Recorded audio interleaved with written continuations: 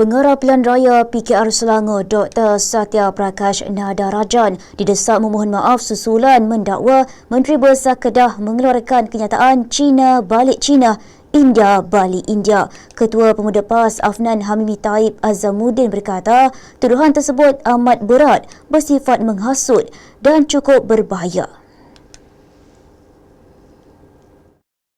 Afnan Hamimi mendakwa tuduhan itu bukan sekadar serangan politik biasa tetapi memberikan gambaran palsu bahawa seorang pemimpin Melayu Islam yang sedang mentadbir sebuah kerajaan negeri mahu menghalau rakyat Malaysia berdasarkan kaum.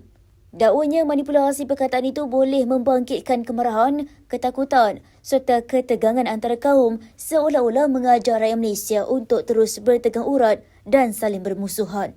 Serentak itu, Afnan Hamimi mendesak Satya memohon maaf kepada Datuk Seri Muhammad Sanusi Muhammad Nur. Terdahulu, Dr. Satya membuat laporan polis berhubung ucapan Muhammad Sanusi dalam satu ceramah pilihan raya. Datuk Seri Sanusi, Menteri Besar Kedah. China duk China, India duk di India. Tujuan kita buat laporan ini sebenarnya adalah kerana isu 3R. Semalam di Jempol, beliau berucap di Jempol dan menyatakan isu-isu yang bagi saya rasa sangat sensitif.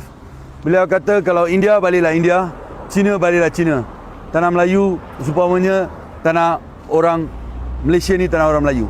Media sebelum ini melaporkan Muhammad Sanusi berkata Melayu ada tanah Melayu, orang India ada India, manakala orang Cina ada Cina. Ia bagi menegaskan bahawa Malaysia merupakan satu-satunya tanah Melayu yang menjadi tempat perlindungan bagi masyarakat pribumi, berbeza dengan kaum lain yang mempunyai negara asal masing-masing.